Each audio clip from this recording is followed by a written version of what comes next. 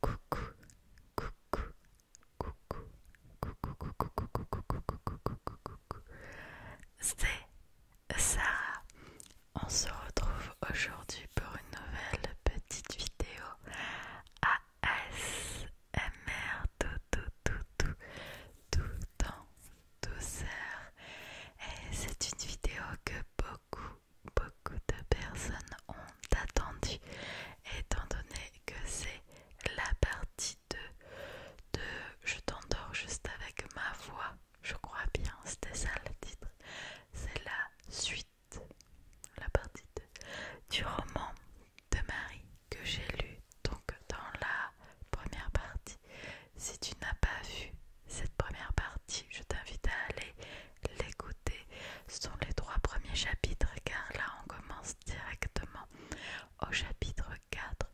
Donc je vais tout simplement continuer la suite de l'histoire. Et voilà, c'est parti. Installe-toi tranquillement et écoute bien tout ça. J'ai hâte de tout découvrir en même temps que toi. Donc, chapitre 4, avec comme phrase: t'accroches, je suis tombée amoureux de ses yeux. La fête bat son plein dans la ville d'Orbal, en l'honneur de leur prince et de sa future épouse de passage en ville. Chacun s'est permis de ressortir des placards sa plus belle tenue. À Orbal, bien qu'on ait l'habitude de sortir le soir, il n'est pas courant de participer à un bal. Chaque habitant de la ville espère pouvoir croiser leur prince au bras de la jeune princesse elfique. La musique emplit les rues en pierre noire et les rires des enfants égayent cette fin de journée où le crépuscule pointe le bout de son nez. Le bal débutera à la seconde même où le soleil disparaîtra à l'horizon, comme il en est coutume. La musique dans les rues cessera et seuls les invités du palais pourront profiter toute la soirée et toute la nuit de la musique et du festin. Tout orque qui se respecte aurait pour souhait de pouvoir participer aux soirées du roi. Malheureusement, les invités du roi sont triés sur le volet, bien qu'ils n'invitent pas seulement les nobles et les bourgeois d'Orbal. On raconte que c'est seulement lors de ces bals que le grand guérisseur de la cour accepte de sortir de sa tour pour l'occasion. Très peu d'habitants ont pu le rencontrer, alors beaucoup de rumeurs circulent à son sujet.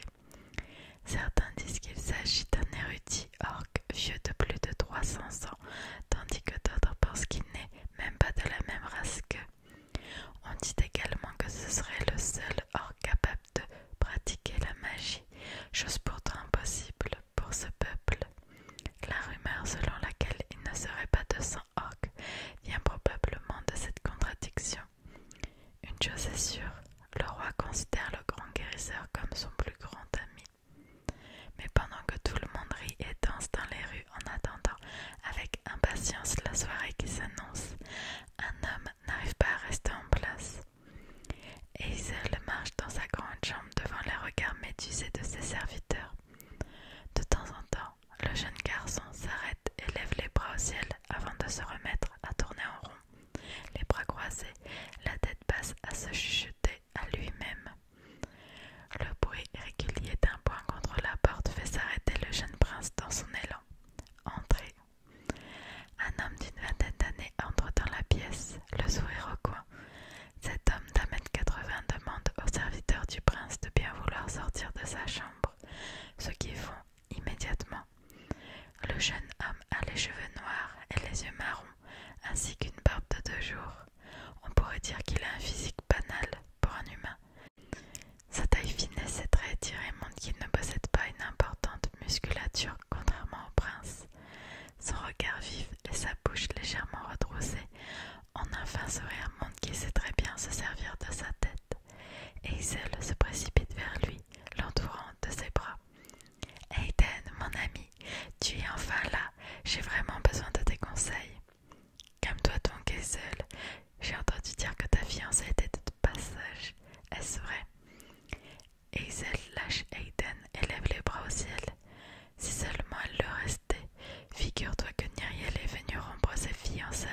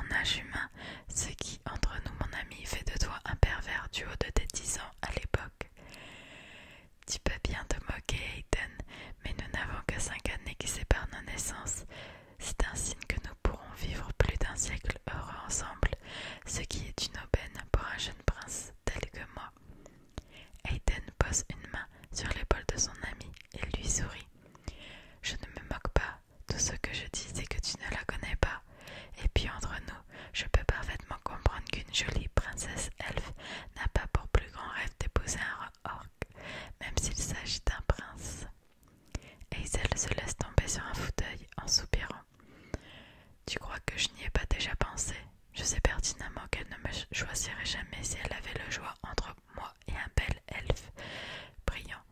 Mais j'ai pensé quelques instants qu'elle ferait peut-être passer l'avenir de son peuple avant le sien. Je me suis trompée de toute évidence, elle se fiche bien de son peuple à l'heure actuelle. Aiden s'approche de son ami et se gratte la barbe de sa main gauche, se tenant le bras de son bras droit. Le fait qu'elle soit venue d'elle-même au royaume pour refuser ta demande démontre un fort caractère et une envie de décider de son destin. Ce sont les qualités requises pour une reine, d'autant qu'en venant seule, elle a pris des risques et a su se débrouiller seule pour arriver jusqu'à nous. Et si elle relève la tête, elle n'est pas venue seule. Aiden sursaute et regarde le prince, surpris. Le prince balaye l'air de sa main. Elle est accompagnée par 2 filles. Elles sont à l'heure actuelle toutes les 3 dans la plus grande suite du palais. Intéressé, Aiden observe Hazel avec attention. 2 filles, tu dis? Oui, une petite rousse surexcitée et une domarienne froide comme la glace. Une domarienne, tu dis? Qu'est-ce qu'une domarienne viendrait faire par ici? Hazel soupire et s'avachit sur son fauteuil. J'en sais rien, Aiden. Je dis que c'est une domarienne, mais je ne sais rien en vérité. Elle a la peau mate, les cheveux, les yeux noirs et un air menaçant. Mais les mercenaires domariens ne recrutent pas de femmes, il me semble. Non, en effet. En tout cas, elle a une sacrée poigne. Elle a attrapé le bras de mon père et l'a retiré d'un coup sec alors qu'il tenait Nyriel par les épaules.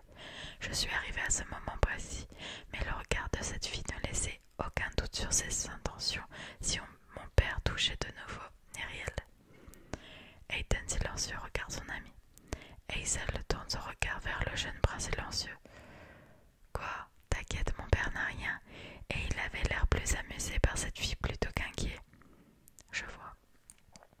Hazel regarde Aiden en fronçant les sourcils. Qu'est-ce que tu as derrière la tête? Rien du tout, je vais te laisser. Je dois me préparer à me rendre à ce bal. Hazel se lève d'un coup et suit son ami qui sort de la pièce. Comment ça, rien du tout? Je te connais, tu as une idée derrière la tête. Aiden se retourne avec un sourire en coin vers Hazel. Ne t'en fais pas pour ça.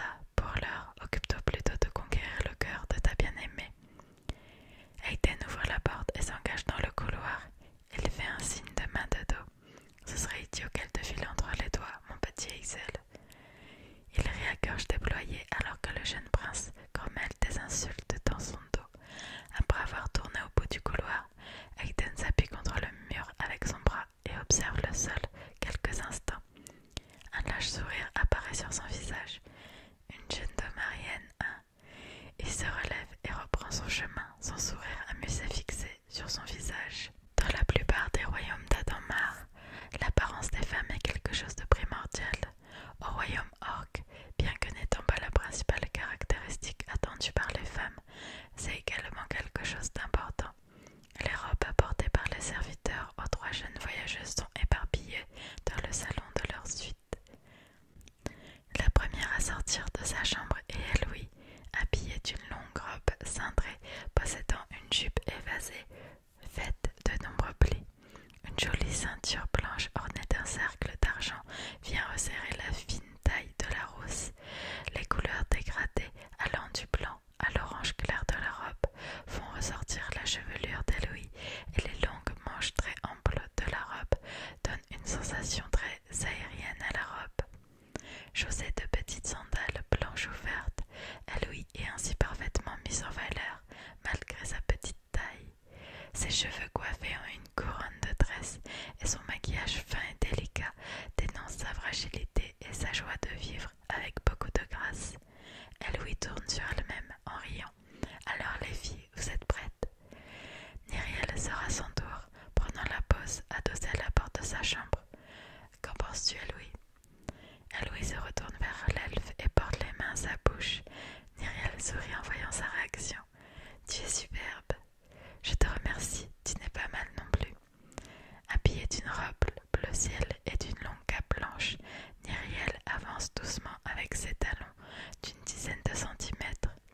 Cintrée à la taille en forme de bustier, la robe épouse parfaitement la moindre de ses courbes. Dans cette longue robe colorée, les yeux de la jeune princesse ressortent avec force, ne pouvant laisser aucun être indemne en les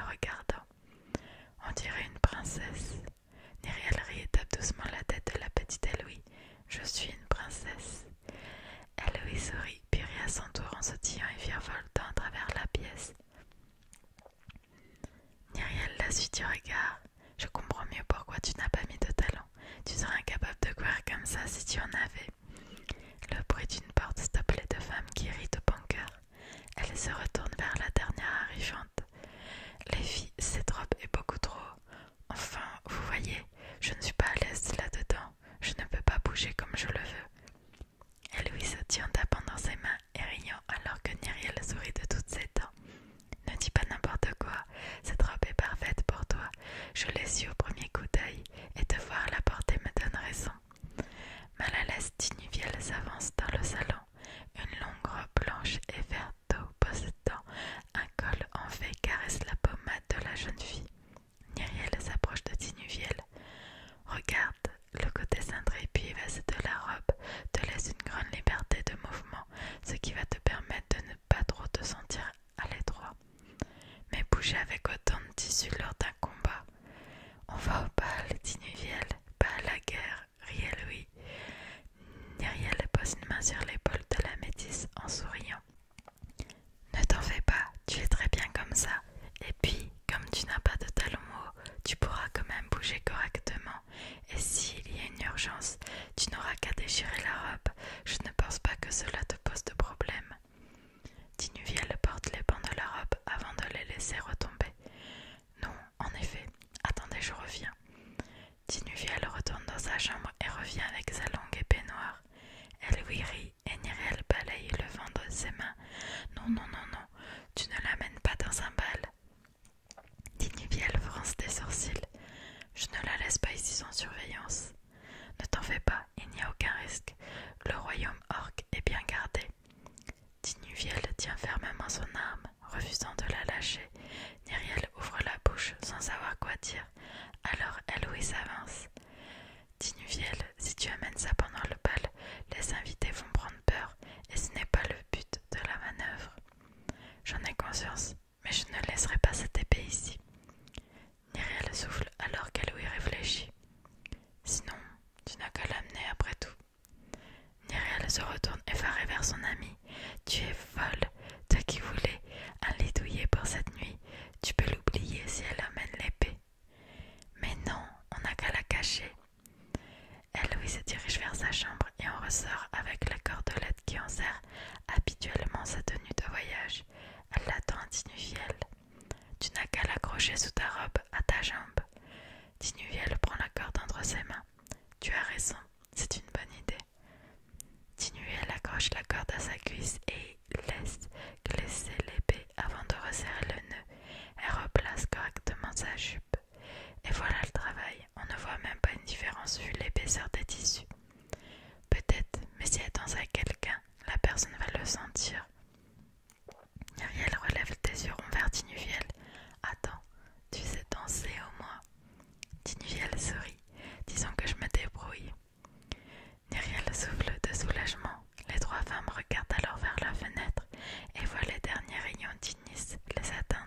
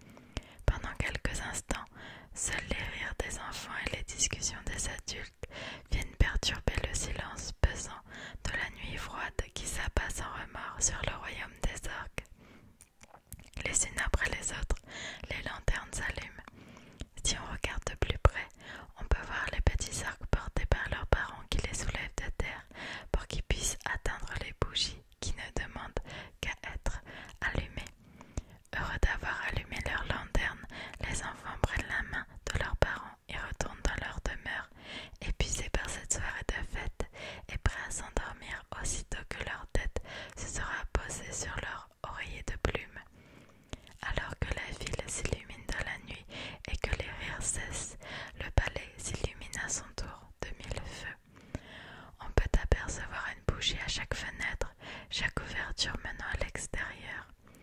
Le palais pourtant noir de jour devient alors un immense puits de lumière, accueillant ses visiteurs les bras grands ouverts. La douce musique si caractéristique des bals entoure le palais, et les portes jusqu'à la ouverte à l'extérieur se referment sur elles-mêmes. Le roi, assis sur son trône, entend la musique parvenir à ses oreilles. Le bal a commencé dans la pièce d'à côté. Le roi trépigne légèrement, attendant son premier fils avec impatience. Lorsque celui-ci apparaît enfin, le roi se lève d'un mouvement brusque. « Tu te fais attendre, mon fils. »« Je m'excuse, père, je voulais être parfait pour ce soir. » Le jeune prince, dans une tenue noire et blanche des plus impeccables, s'avance le dos droit vers son paternel. Le roi l'observe de bas en haut, puis sourit d'un air approbateur.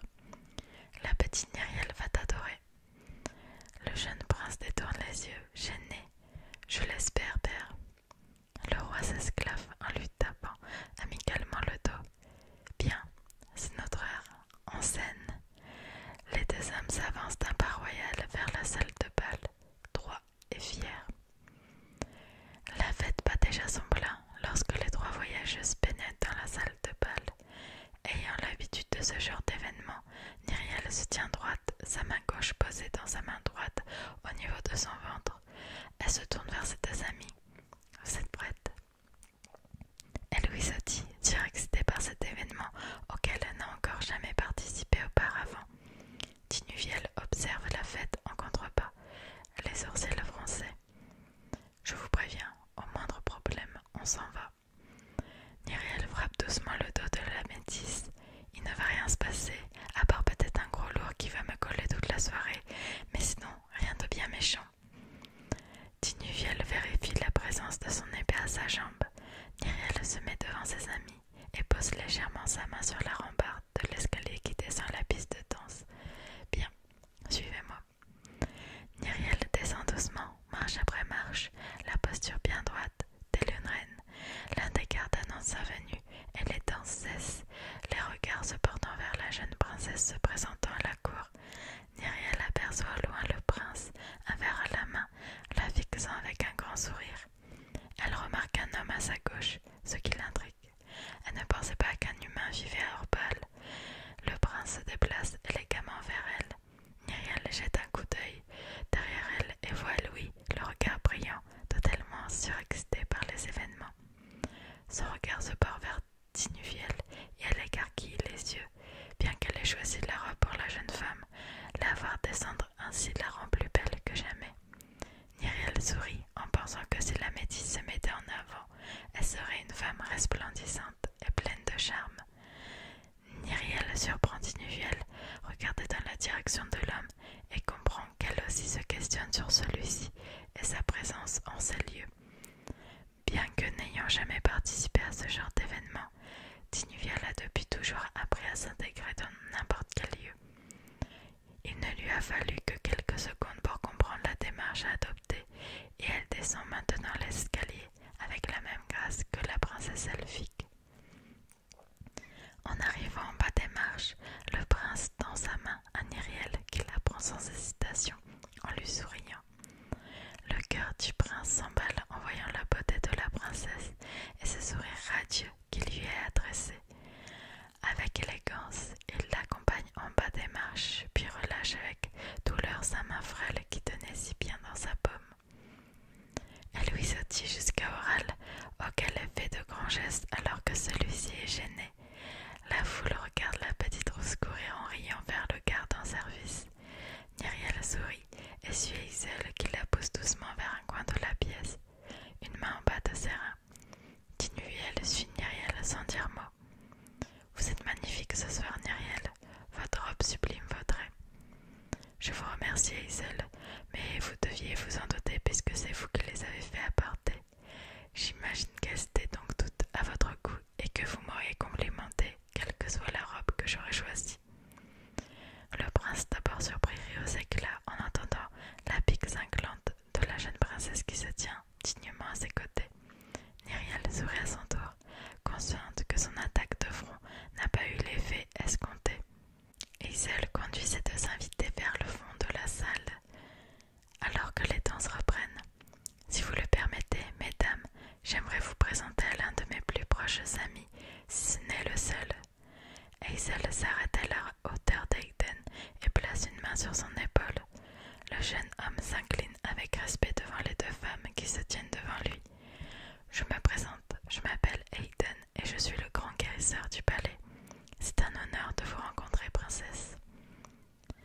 Nyriel sourit et répond à la présentation de l'homme alors que son cerveau tourne à plein régime. Un homme guérisseur.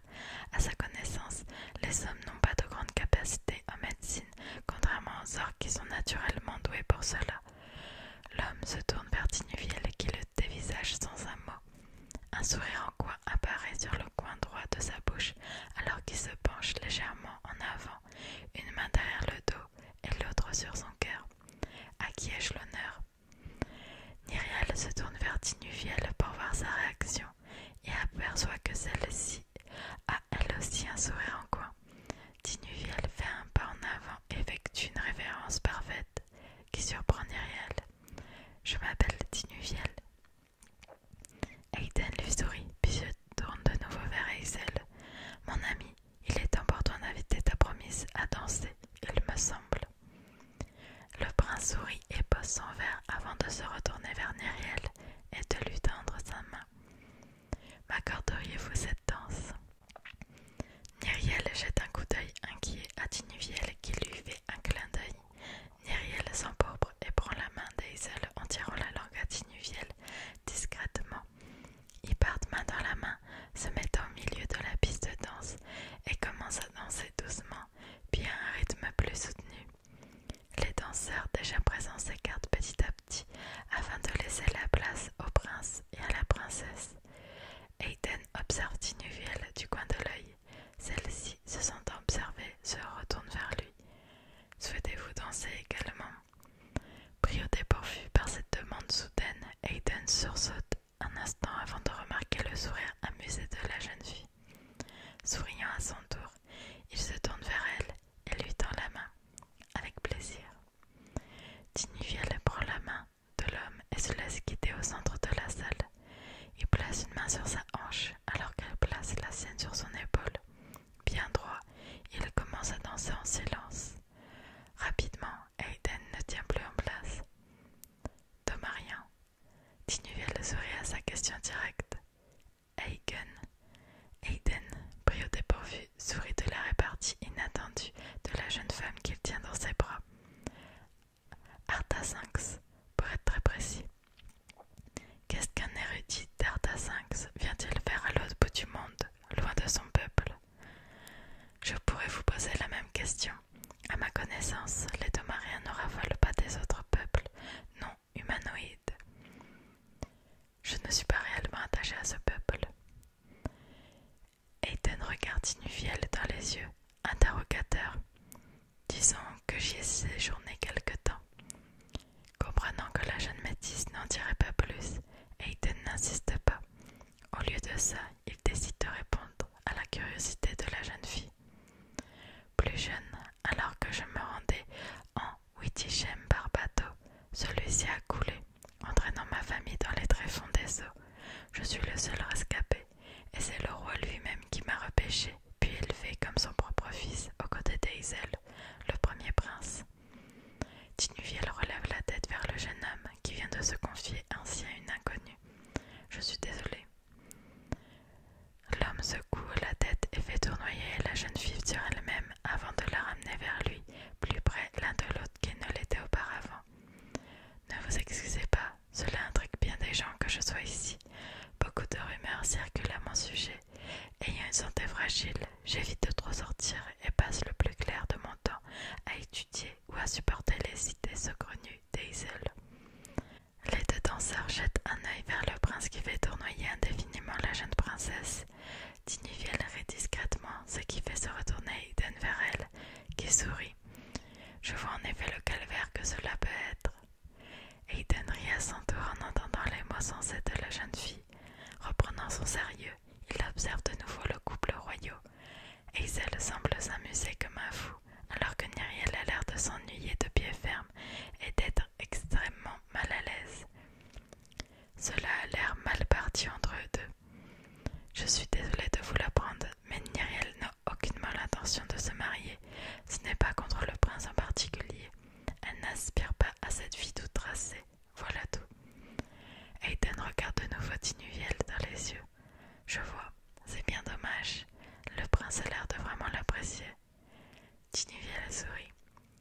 n'apprécie pas une jolie princesse au caractère bien trempé. Oh, vous savez, bien que cela puisse attirer au début, un caractère si marqué peut fatiguer à la longue. Tinuviel ne répond pas et continue de danser en silence. La musique se termine et les deux jeunes gens se lâchent dans un même mouvement. Hayden observe la jeune femme devant lui.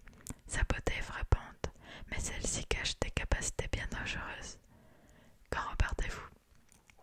Demain à l'aube. Et quelle est votre destination? Tinuviel hésite quelques secondes. J'ai une affaire à régler en Domarian. Là où vous avez séjourné quelque temps, n'est-ce pas? Tinuviel sourit à la pique de l'homme qui avoue ainsi vouloir en apprendre plus. Elle ne répond cependant pas, ne voulant pas se dévoiler ainsi à un inconnu, si beau et intriguant soit-il. Hayden salue sa partenaire, puis se détourne d'elle. Avant de partir, il tourne son visage, un sourire en coin, toujours fixé sur ses lèvres.